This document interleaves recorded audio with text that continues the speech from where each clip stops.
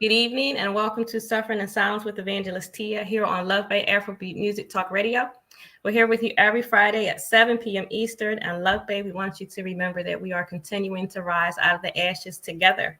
Our topic on tonight is domestic violence awareness. So October is Domestic Violence Awareness Month. So we just wanted to start a conversation on that issue alone. We have with us our co-host Erin Mitchell and Jennifer Peterkin. Listeners, if you have any questions or comments for our co-host, you can email us at sufferinginsilencedv@gmail.com. You can also text us at 437-778-3299. And the same if you have any resources that you would like to share with us on the national or local level from your country, your community, any local organizations, or your faith community as well. You can also email us at sufferinginsilencedv@gmail.com. And with that, Jen, I would ask you to go first in greeting our listeners and viewers on tonight. It's been a while. My pleasure. It has been quite a long time, it feels like. So if you are new to Suffering in Silence, welcome. My name is Jen Peterkin. I am one of the co-hosts, and I am a survivor of domestic violence as well as an advocate. Proud to work alongside both Tia and Erin in advocacy work for victims and survivors of domestic violence and abuse. A little bit about me, my background, or actually what I'm doing now is I host a podcast called The Human Experience, where I travel the world interviewing people about their personal story and how it has shaped who they have become. So if you're interested at all in following along with that, you can visit my website, thehxpod.com, or follow me on Instagram or TikTok at thehxpod. Awesome. Thank you so much. Erin? Yes. Hi, everybody from Love Bay. So good to be with all of you this evening. I'm actually calling in from Mount Shasta, California. It's a mountain town. There's no snow it's about a 15,000 foot mountain top. I've never been in this town before. It's really beautiful. Just wanted to say hello again. My name is Erin Mitchell. I've been a co-host for a while now, and I'm on Tia's board for Rise Out of the Ashes. And we are all here together supporting people that are finding themselves in domestic violence situations and are in immediate need with that organization. My current work right now, I'm a documentary producer, I'm a writer. I have a background in holistic medicine as an acupuncturist and herbalist. And I also have worked with Indigenous communities around violence as well. So my nonprofit background has to do with developing sustainable prevention and solutions-based programs to support women in that community around how to survive and thrive from high rates of abuse. And it's tough work, but it's also very rewarding. And it's just, again, a pleasure to be with each and every one of you. Thank you so much for tuning in. Everybody's ears are the way that we all get to speak from our hearts. And we hope that whatever we have to share tonight will be of service to you all out there. So thank you so much. Thank you, Erin. So Love Bay family, as we always do, we want to start with sharing some resources. And as Erin already mentioned, our nonprofit Rise Out of the Ashes, Inc., if you would like to help us, you can visit GoFundMe and look for our page, which is Rise Out of the Ashes, Inc. You can donate that way, or you can write a check out to Rise Out of the Ashes, Inc., and we are at P.O. Box 15, Drexel Hill, PA 19026. To continue to help us in our endeavors. The biggest part of what we do is the emergency funding, and we need help to be able to continue to do that. I also want to share Darius Daniels. He's the pastor of Change Church. His website is dariusdaniels.com, and his YouTube channel is Darius Daniels TV. In the United States, we want to share the National Domestic Violence Hotline. Their website is hotline.org. Their phone number is 1-800-799-7233. The National Helpline for Substance Abuse Mental Health Services. Their number is 800-662-4357. That's also in the United States. Those are good quiet. In Canada, we have the Canadian Women's Foundation. Their website is canadianwomen.org. Their number is 1-866-293-4483. And in the UK, we have the National Domestic Abuse Helpline. Their website is nationaldahelpline.org.uk. Their number is 0808-200-0247. Or you can visit Women's Aid, AID, and their website is womensaid.org.uk. And with that, we move into our topic on tonight, domestic violence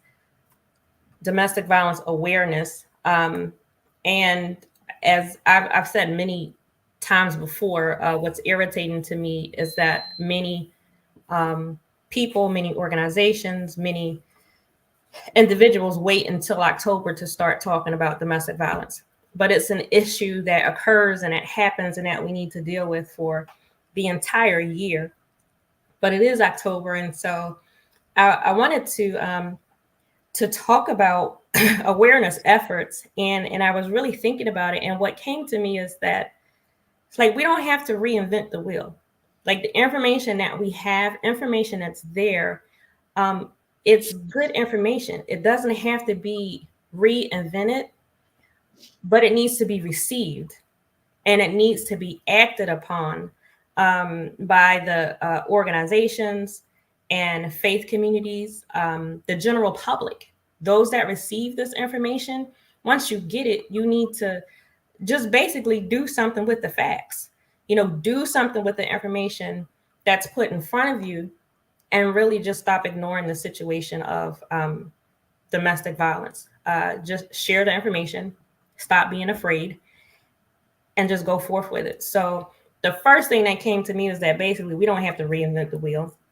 We just got to do it.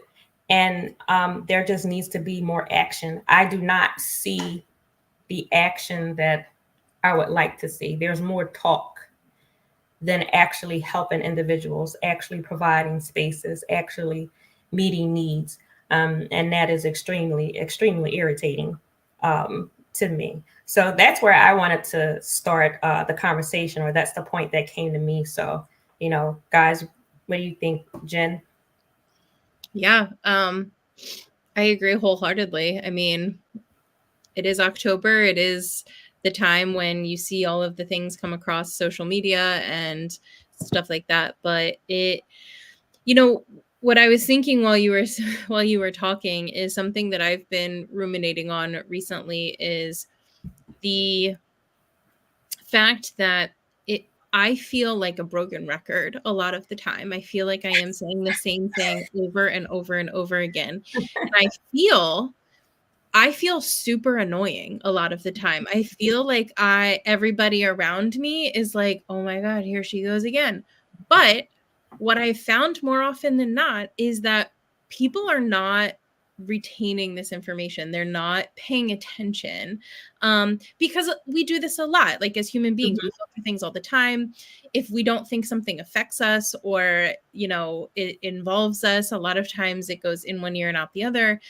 And so something that I've been trying to practice more intentionally is just saying the things, even if it feels like I am repeating myself all the time, because more often than not, I am surprised at how shocked people are by the information. And I'm like, I'm pretty sure we've talked about this like several times before.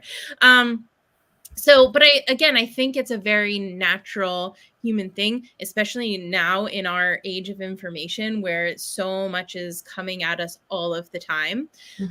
And so I do think you're right. We don't have to reinvent the wheel.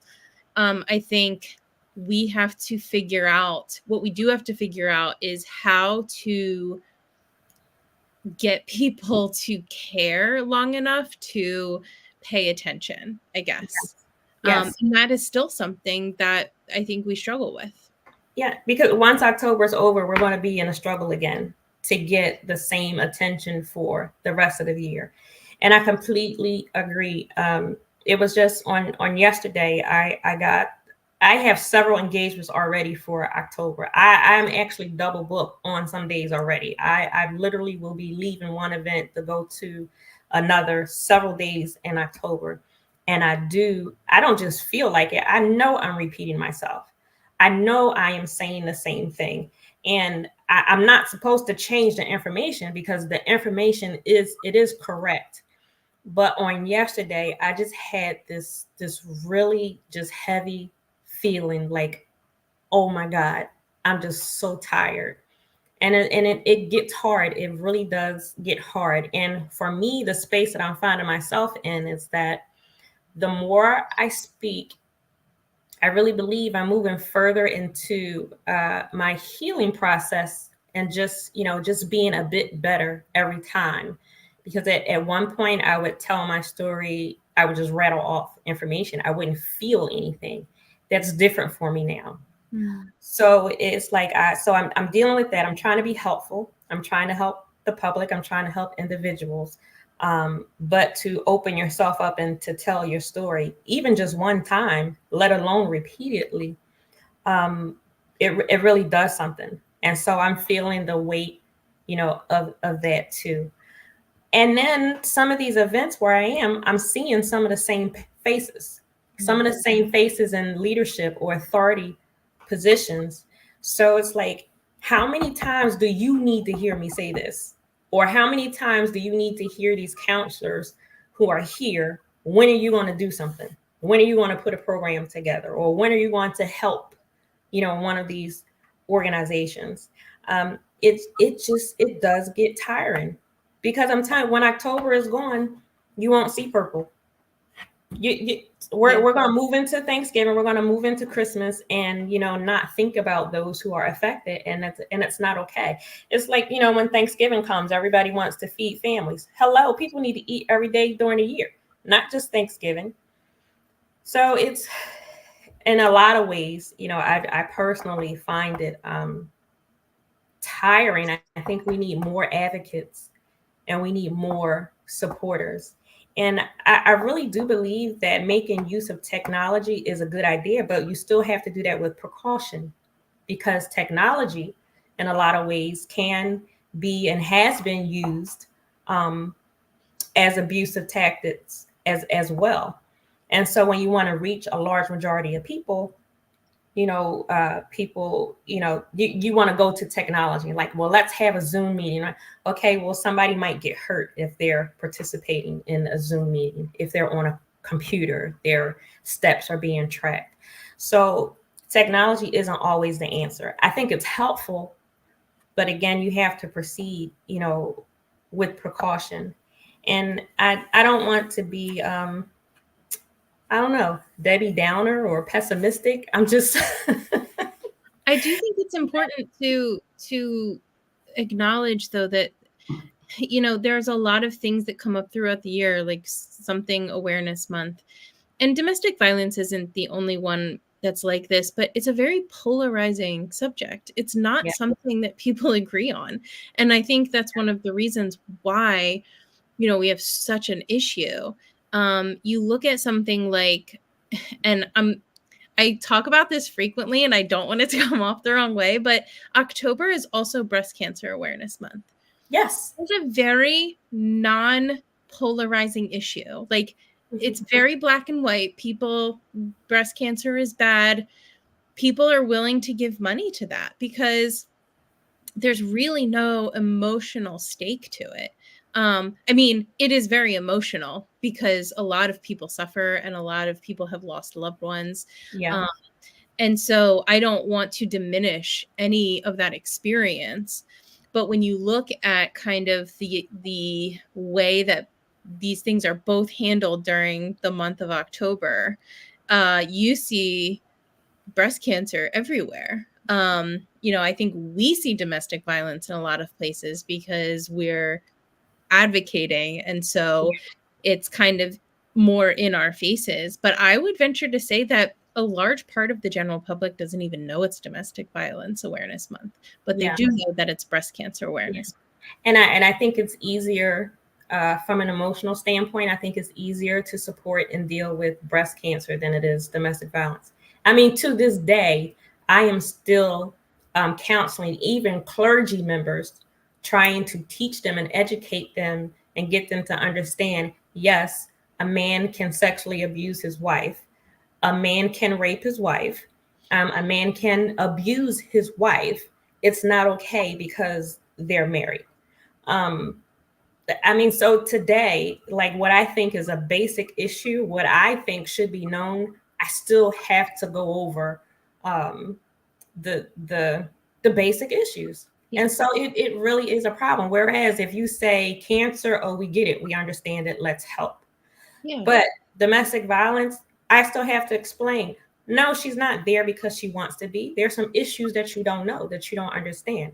No, he's not a coward. For whatever reason, there are issues going on, and we are not in his shoes. So no, this woman, half his size, yes, she can be abusive. She can. I'm still explaining these kind of issues to people in authority positions. Mm-hmm. And so I know if leadership in these different organizations, religion or communities, they're not getting it all the way. I know, just the communities themselves, we need to be helpful to educate them as well. So, Erin, what are your thoughts? Yeah, so many here. Great things that you both are saying. I think just, to start off, I feel that there's a lot of shame and there's a lot of preconceived notions around what our cultures perceive as quote unquote dirty laundry. Mm-hmm. There are really tough things that people go through. And this is beyond domestic violence. It could be, having a tough financial time. It can be, struggling with infidelity in your marriage. It could be, having a brother go to jail, or, there are these things that we all experience. And I think that we, as individuals are taught at a very early age, like what not to share, mm-hmm. To present ourselves in a certain light. And that just, again, I think compounds the shame. So then you add domestic violence to that already really tough dynamic of when we're transparent, when we're honest, when we feel like, it's something that we can share. And this is a really complex situation, as you both have, talked about and shared willingly your stories so that other people have the courage to share theirs. And so I think, just as individuals, for solutions, we have to get rid of these stereotypes about what is okay to talk about, what is not. We have to really work on ourselves to eliminate judgments and be that individual that people can come to and share something that's close to their heart, and just be a trustworthy individual, that you don't come out and judge them right off the cuff, giving that space to be able to have somebody share. And I think that then opens the door for something as critical as domestic violence, because I think if we can't start with the small things and sharing from our hearts and being vulnerable, I don't know. I think there's not much hope for the more critical matters. And so every little way that you, take those steps. And I speak for myself here. Like, I have done a horrible job in my life, or just, I guess that's a negative way of saying it, but like I have tried to protect myself so much out of, past hurts and past traumas that I have not been willing to openly share. Because again, I saw it as an opportunity for myself to get hurt again. And so I think that, but what that has done is it's isolated me further.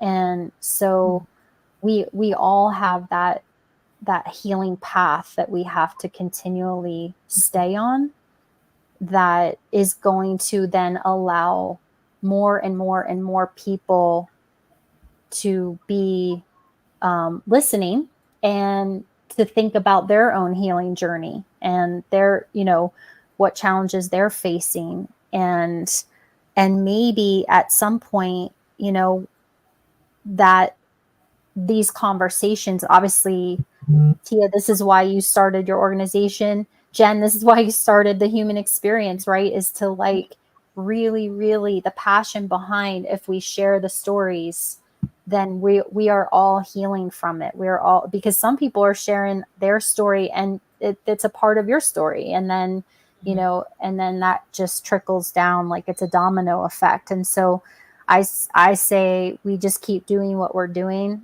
I was so happy to hear you say, Tia, the difference you've noticed in when you've shared your story originally, that it was just really coming, like, here's what happened. It was kind of like a report, right? And now you're in your body. You're connected to yourself as you share.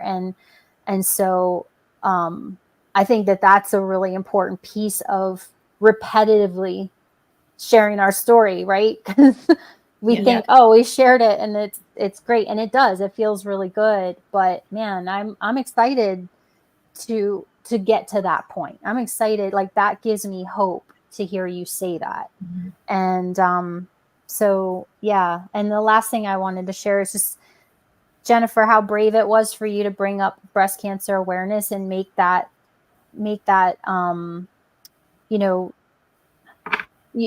the comparison. And because it seems like it's an untouchable topic, but I think I wholeheartedly agree with you that there are these, safe causes that people can just get around, and it's very, it's very supportive, and everybody can get on the same page. And we're living in a polarized world right now in general. And some people just like don't want to go there. And and I think that that's fine, and that's everybody's choice. But we also just have to like call it what it is, and the fact that it's much easier and more comfortable for people to donate and to support the safe causes. And that, when I say that, I mean those universal things like breast cancer, or colon cancer, or diabetes, or, there's all these quote unquote safe causes. I think that if we don't call that out, then we're not really asking people to do any hard work. Like, well, why is that? Yeah. Why, wait a minute. What is that about? And just because maybe I haven't experienced it, can I step into the feet of somebody, step into the shoes of somebody who has, and in that process, I educate myself. And in that process, maybe my daughter or son won't have to experience that. Maybe my niece or nephew, maybe my auntie who's in her 70s, by me telling her, hey, I donated to this organization around domestic violence, maybe she, for the first time in her life, will open up to me just because I told her that, And so I think that, that is such an important point to make. And personally, I needed to hear that from you tonight, Jennifer, because I hadn't really thought of it, even though I know it in my bones, right? It's like, but it just doesn't come up for me because I get domestic violence and I'm all in this with you all. So, but yeah, so thank you both. Absolutely. Thank you. Thank you for what you shared, Erin. And I mean, everything that you both have said, I mean, you just made beautiful, beautiful points. And Love Babe, we are not saying don't support breast cancer awareness. Please do donate to Susan G. Komen. I've run some of the runs and the walks. I've donated. Please do. I had a lump in my left breast and my right breast, and everything was fine. Everything turned out okay. So I understand it's a serious issue. But what about the woman who's dealing with breast cancer and domestic violence? What about the woman who has a sickness and she's hiding the abuse that she's dealing with? We just can't turn away from it. We really can't. It deserves attention. And I think what would be the next pet peeve that I have is, as we're raising donations and funds to deal with issues pertaining to domestic violence, trying to be helpful, trying to help victims and survivors. When people ask me, what is the money being used for?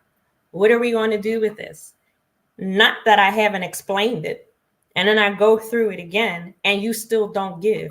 That irritates me to no end. It's like we're under a microscope. And I don't just mean, our organization. I mean, any organization, anyone who's saying I'm raising money for domestic violence awareness, I'm raising money to help victims and survivors. It's like, are you going to give the money directly to them? What are they going to do with it? What's going to happen? They're people just like you. I'm a person just like you. I need clothes. I need to eat. When I'm in a house, I need a house. I need my lights on. I need the gas on. We're helping individuals live a healthy life. We're helping them get back to a stable place. And everyone does not need money, but a lot of people do. And I mean, the world operates on a monetary system. And so it just really bothers me to get the third degree. You're not even going to give me $20 right now, but you want to know, like, the the financial breakdown of the year, and you're not. Oh yeah, that's another one that just gets me. It's like, how do I make you understand? People are hurting, and it goes beyond what you can see, because there are men and women who suffer and they're not able to provide for their children. There are some children who need school uniforms and school supplies, and it stems from a domestic violence situation. There are individuals who need medicine. When you have to get up and go, there are some things, if you don't have an emergency bag packed and you just got to go out the door, people leave medication, they leave their glasses, they leave identification, they leave some very, very important things that need to be replaced. Most of those things can't be replaced without money. So how else are we going to help them if we don't ask for it? If we don't ask for help? And then it's like, if you were in the situation, you would want to be helped. So sometimes it's like, think about you. Think about yourself. Think about your daughter. Think about your sister. Think about your brother, your son, if they were in this situation. I just find it very, very, maybe the word is strange, that we have to advocate so much. Like, this is why we want to help, as if you can't see. And again, after October, you're not going to see purple around. After October, the conversations are going to change. And it really shouldn't be that way. It shouldn't. I believe that we need the voices and support of men. I am absolutely positive that we need men to step up and to not only speak against the domestic violence, but they need to put action behind their words as well. We need men to teach men how to be men. We need men to be able to teach and walk with young men, boys, help them to be comfortable in themselves, to learn how to be themselves, to learn how to treat not only each other, but also how to treat little girls and young women. So there's a lot that's needed, but it's like, where are the people who are going to do it? Like, where are you? Um, there are some things that, again, that really seem to be just very simple to me, and then it's like it takes so much effort to just say and do the simple things. But like, we wouldn't have enough time to tell you about the stories that we see, the men and women in hospitals, the men and women who lost their lives, children who lost their lives, the devastation that has occurred in so many different areas, and not just in the United States. This is around the world. But if someone had stepped in, if someone had listened, if someone had extended the help, or if someone had answered the cry, when someone says, I need, or this is what I'm going through, this is what is happening. If you're educated enough and you understand and you see what's happening and you know what the next steps are to take, that could change somebody else's life. Even if your next step is to say, I don't know, but let me find out. I don't know, but let me get this phone number for you. I don't know, but I will go to this office with you or make sure that you get there. I just think there's more than we could do. The very small things count. They really do. If I can do nothing but put a list together and give you a list of websites or phone numbers, I did something. If I can't do anything more than just sit with you and tell you, I believe you. I believe you. I understand, be it from my experience or just from what I've educated myself on. That's very powerful. And I just want to stress again, it goes beyond October. It really does. And Erin, I think you made a beautiful point just telling your story, because I think another part of awareness is to understand we're not just dealing with this in October. Like, this is, if you have experienced domestic violence, this is a part of your life.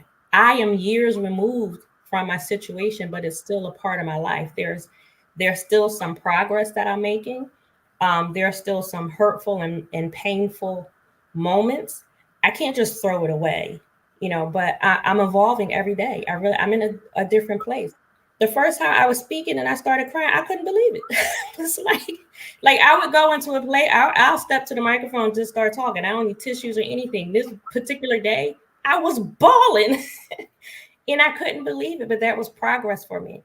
And so again, Erin, I thank you for sharing that. And I think the point that I'm trying to make is that, again, domestic violence awareness is not just about October. It's about the healing process, Erin, you talked about. We're all in a different healing process and we're all moving forward in our different ways. And that's more than October. It's more than, when I'm alone by myself for holidays, or if it's Valentine's Day or a particular day in the summer, whatever it is, it's more than that. And I think when we collectively see or feel the importance and really just care about another person, I think we'll be in a better place. But that's just me. So, Jen. It's not just you, for sure. I mean, I agree with you. I know Erin does as well, but it's so difficult because domestic violence is one of those things where people want you to qualify your experience over Yes. and over again. And so, people are very, when it comes to giving, and not to beat a dead horse here, but I do think that drawing a parallel between something like giving to breast cancer awareness versus giving to domestic violence awareness, again, the emotional stakes aren't there in terms of like the giving.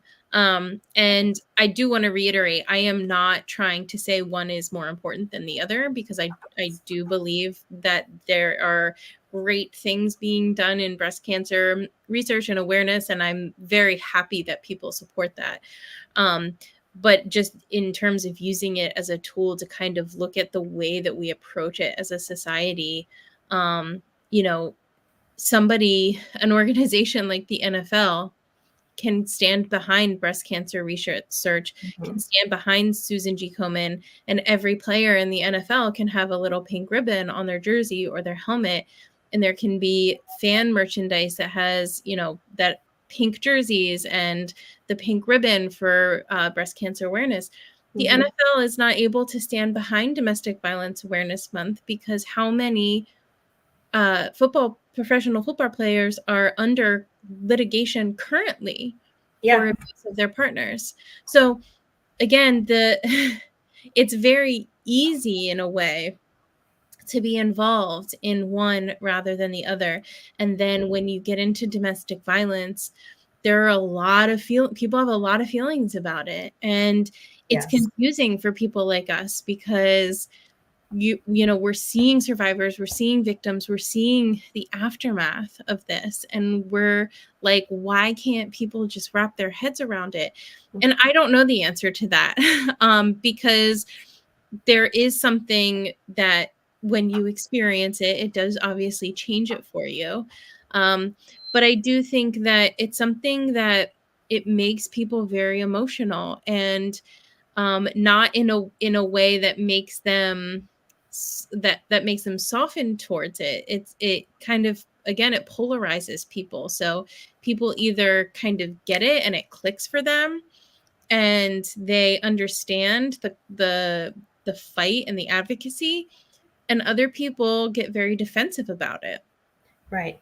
And I mean, honestly, we could talk about this for 8 hours about this specific subject, about why people don't support domestic violence and, still have time, because it's something that I think runs very deep. But domestic violence is something that really does, again, make people emotional. And unfortunately for victims, it then makes telling their story that much harder. How many victims do try to tell their story and either get shut down, they get blocked from telling their story, they're told to sanitize their story, which is an experience that I've also had. People don't want to hear that. You're ready to tell it, but people aren't ready to hear it. There's a lot of different factors at play. And I think one of the biggest issues that I see playing out over and over again is, again, the fact that victims and survivors are asked to qualify their experience. So, okay, you're calling it domestic violence, but what does that mean? And was it really that bad? And what did you do first? And, all of the questions and the really terrible just treatment towards people who are walking through this, and how it kind of plays out for them. So, I think that even recently, within the past couple of years, we've seen some major domestic violence things play out in the media. And it has been really interesting, not always great, to watch the public reaction to all of it and see how it all plays out and see how split people are, and how, it's not, people get very invested in the outcome of this, but not necessarily for the victim. So, yeah, I just think that it's something that we obviously have to keep fighting for. But if I could make one wish to make something go away, I think it would be that, stop asking people to qualify what they went through, as if you are judge and jury, and your opinion about what they've experienced in their life is the final say in what they went through. Right. I wholeheartedly agree. And you said several times before, once you know, you can't unknow. And so I think it's something that people run away from, because once this information is in your face, you have to do something about it one way or the other. And it's easy not to do anything. It's easy not to say anything, or it's easy to focus on an issue that's not so emotionally charged. But just because it's easy to do doesn't make it right. I mean, and you can, any sports organization, these are NFL, the NBA, basketball, hockey, soccer. It's there are some issues in there, but it's like, come on, really? He can throw a ball, so that was okay for him to break her face? That's because he can throw a ball. Like, and I think what you said, the attention, the focus is not where it should be on the victim, on the survivor. The attention, unfortunately, goes to the person who's making millions of dollars. You sing really good, so that excuses you from raping and torturing these individuals. You were a really good actor, a really good actress, so okay, you tried to kill a few people. It's all right because you're on a movie screen. It's like the focus is not right. We do need to focus on the victim and a survivor. And what you said was beautiful. We do not need to make them qualify their experience, because I was told several times, you don't look like you were abused, so you don't know what you're talking about. Like, I mean, one thing that I have to constantly kind of reinforce for even survivors is that abusers don't, we kind of think of abusers as these like movie villains that are like so easy to identify, and like, they wear a black cape and they, look like this big scary monster. Yeah, he's the little quiet guy over in the corner, and it's like yeah. And so to that end, I think one of the things that makes it's so difficult for people in general to accept, but even survivors themselves, is that abusers don't necessarily abuse everyone in their life or everyone that they come into contact with. Exactly. And so just because the abuser is not abusive to this other person doesn't mean that you weren't abused. And yes, it's confusing. It's confusing to watch it play out in real time. It's confusing for other people, and I get that. But we have to, as a society, take a much more nuanced view of who is an abuser and what that means.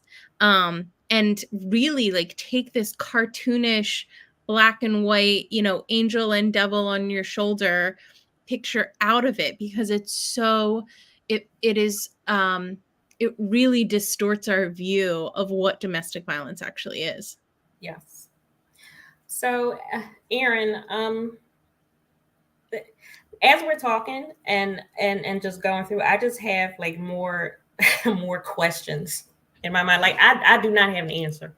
I do not have an answer on how to make this better, other than we need to focus on the victim and the survivor. Really turn the information, the care towards them. And even with that, I'm not saying just take the abuser and throw them under the bus. No, but you need to understand what to do and how to do it. Like, you can't put these two together and you want to counsel them together. So that's where education comes in. You need to know these two people need to be separated so you can give to each one what they need. Now, me, I am not qualified to give an abuser or perpetrator what they need, but I can tell you where to go. I can do that. I can't do it myself, but I can tell you where to go. And I just think it takes effort. It takes hard work. It takes not being the favorite person in a room. It takes being the one who's going to stand by yourself and do the right thing and say the right thing.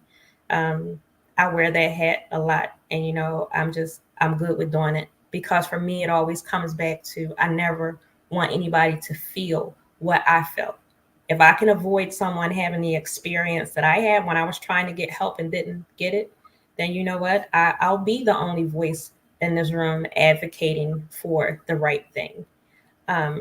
So, Erin, what do you say? I guess just about that, because I think that's an issue when we talk about domestic violence awareness. It is hard now, and me, I know I'm a different person. I know that's me. I say do the hard thing, and the chips fall where they may. We just deal with it. I'm one of those people. I'm willing to deal with it, and I know everybody isn't there. But Erin, what are your thoughts on, I guess, really putting in the effort, doing the work, and then taking the easy way out?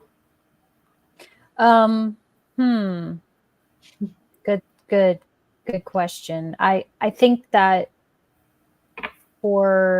I kind of like, I have a lot of things popping in right now. One of them is, so I have a sibling who experienced domestic violence with a boyfriend. She was in her early 20s. I was probably, I don't know, 14 when it happened. So I was a young teenager, but she was hospitalized twice from this guy. Now, fast forward 20 some years later, I brought it up to her, which was the first time. And she really she shut down and shut me down. Mm. And it was really tough because, again, I was just really wanting to knowing that I knew she's feeling anxiety, depressed, all these things. And I guess I just thought I had an opening for it, and I didn't. And so it was a tough experience, and it took a while for her to start talking to me again. And that, did I do the wrong thing? Did I do the right thing? I don't know. I'm kind of outing myself a little bit. I wish it would have gone down, even 10 years later. It's now it's about 15 years later since that conversation, but I still witness her suffering from extreme anxiety and, projecting a lot of stuff onto other people. So, I don't know what that's about. People are only ready to share when they're ready to share. And I know you both know that all too well. Mm-hmm. So, I think another big solution to all of this is what you are doing. So I hope neither of you become so fatigued by this that, because when you write books and when you do podcasts and when you write blogs and newsletters and articles and have a radio show, this is a way that people can listen in, and it's a way for them to hear about it, but it doesn't hit them. It's not as hard as a personal conversation. Mm-hmm. And so if my sibling had listened to this, or had listened, to one of your podcasts, or read one of your books, or heard, that probably would have been a way more impactful experience for her than having a sibling kind of say, like, hey, that happened to you. Do you want to talk about it? Because I know it's a long time ago, but it still sits with us, and that was really coming from my own experience of recognizing what I went through. So yeah, I mean, I think these indirect ways of doing it, where people can really listen in and allow it to land in them for when they're ready, and then they go out and maybe find and seek the person that they trust enough to be able to share their story and share a little bit about what their experience was. And maybe even just having conversations around, like, bringing people on where the ones who haven't shared their stories and ask them like how it's impacted their life, you know, and see like what are the signs when you don't share your story. I mean, for me, the signs are depression, despair, anxiety, insomnia, migraine headaches. These are the things I used to see in practice. You know, when I was practicing acupuncture, people would come to me and they would have a ton of symptoms that they wanted help with. Even you know, unexplained weight gain is a really big one for people that experience abuse. So the body, you know, the body shows signs, and the person might not even put that together, right? Like unless you're trained to see that some of these symptoms can be pointing to past abuse, Right. and be able to ask into that in a therapeutic setting is one thing. But you know, people that haven't shared their stories and those things are buried in there, and I am speaking from my own experience. You know, my body was really screaming at me, and I tried everything, and it wasn't until I realized that I haven't been honest with myself about my past that I even got any relief. So this is really, you know, this is something where it's not just the people that are the abusers not wanting to talk about it. It's people that are the victims that don't want to talk about it because it's hard. It's extremely hard. But Erin, you know, I want to say to you, you were speaking to your sister out of a space of love, because this was your sibling. You were speaking out of a space of your expertise because of what you do. I would say that this scenario would have only been wrong if you continued, if you persisted after you saw that she was not open. But one of the things that we do, and it's like, you don't walk up to strangers and just start talking and asking questions. But if you are my friend, if we have a relationship, if you are my family member, if we have a close enough relationship, if I see something wrong, then I'm going to say something. I'm sorry if that hurts you. I'm sorry if that upsets you, but I can't pretend that I don't see what I see. So I think you did something that was very good. She wasn't receptive to it. That's fine. Again, I only think it would have been wrong if you persisted after, you know, you knew she just wasn't ready to go forward. It wasn't what she needed. Like you said, maybe her hearing somebody else talk, or maybe her reading a book would have been better for her. But hindsight is 2020. You didn't know that. What was in front of you was that I want to help my sister. And I think you were very loving in the way that you did it. So, you know, I would say a part of the domestic violence awareness is what the family members go through as well. It's what the friends go through as well. So you can't beat yourself up about what you can't do. You can't beat yourself up about, you know, what you think I should have did differently. In that moment, you made the best decision that you could make in trying to support your sister. So like none of this is just straight black and white. We just have the answers and everything, you know, is just going to be okay. But I think in this moment you have to show some kindness to yourself. And I would say even pat yourself on the back, because first of all, you did take the hard road and try to talk to your sister. You didn't run away from it. And I mean, you took it on the chin, like this is what it is now. And now we have to work to get back to a place that she feels comfortable. I think you pat yourself on the back for that, because a lot of people would have just turned a blind eye and just continued to watch her suffer. And it's when you see the signs, when you know the signs, I just find it impossible to just sit and do nothing at all. And if I make a mistake, I'm sorry, but there's a way to move forward.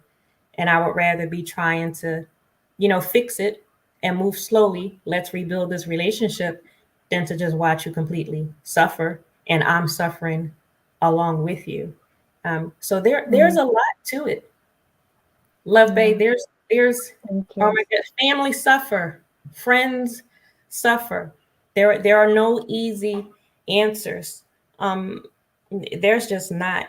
But even just trying, just wanting to help, just wanting to learn some information, just wanting to read and find out, what does trauma do to you? How does it affect you? I mean, Erin, you rattled off the signs. You know that it takes a person with a willing and a wanting heart to want to be able to recognize these are some signs of trauma.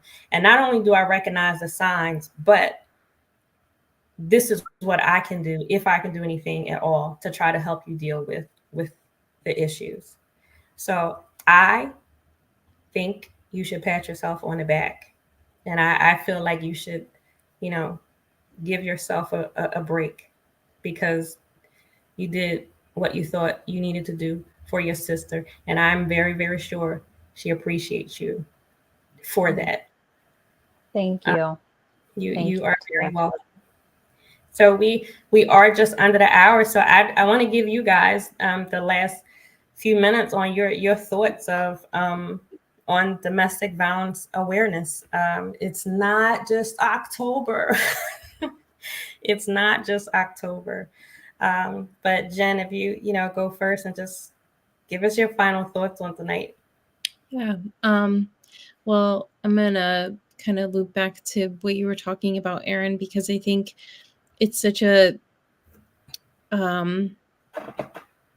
important picture of what it's like to walk through this. It's not something that ends as soon as the abuse ends. It is long-standing. It's something you will never forget. And if you don't process and heal from it, it is something that it will manifest in other areas of your life, both mentally and physically. As you said, you've seen in your own practice and in watching your sister as well. I think you also called out shame at the beginning of this episode, and I think that is an incredibly important piece of this puzzle, that so many people feel like they can't talk about their story, and they bury it for so long that it becomes something that they just can't touch anymore. It becomes, hardened and unmovable. Almost like it attaches itself within you, and it's no longer malleable. One thing that I was thinking about as you both were talking is that when we talk about domestic violence, or abuse in general, and this also goes out to sexual assault as well, the aftermath of it once you come forward is sometimes worse than, I don't want to say worse than the abuse, but people really have to understand how awful it is for this to come out, because you don't have the support that you deserve. You just don't. And even if you have some of the support, God willing, you have some support from some people in your life or an organization, there are other people that are always going to be questioning you, making you question yourself. They're going to be mean. They're going to be nasty. And one book that I really love, she did such a wonderful job at this. It was a rape victim named Chanel Miller, and she wrote a book called Know My Name. And the book is really about what happened after she was raped and what she went through, because her rape was very public. That is the Brock Turner case, if nobody recognizes Chanel's name. But it really goes into what happened afterwards and how she was treated and how she struggled just coming forward with something that she was a victim to. And I think it's a really poignant picture of what victims and survivors in general go through and how we really need to be better supportive. And so if anybody has the time and the opportunity to read it, I highly recommend it, because it will open your eyes to how grossly how terrible we treat victims. Yes. Thank you. Thank you so much, Jen. Erin, you have a final word on today's? Yeah, just thank you both. You guys are amazing. Please take good care of yourselves. Always, always, always, because you're on the front lines. To all of our listeners, thank you for your compassionate ears tonight. We hope something that was shared tonight is going to be supportive to you. I want to also recommend a book called Narrative Healing by Lisa Weinert. And it is a really beautiful process for yourself to start telling your own stories. It helps. There's prompts in there to take care of your nervous system along along the path of doing that. Writing prompts, and then nervous system caretaking prompts. So again, Lisa Weinert, Narrative Healing is the name of the book. Awaken the power of your story. And yeah, just go back to the time in junior high. Even if you don't have something traumatic that stands out, go back to junior high or second grade and just write about the moment when you felt that shame come up as a first time as a child, and it can be incredibly healing. So do your own processing, do your own healing journey, and then we are then way more capable of being compassionate to understanding tough stories from others. Awesome.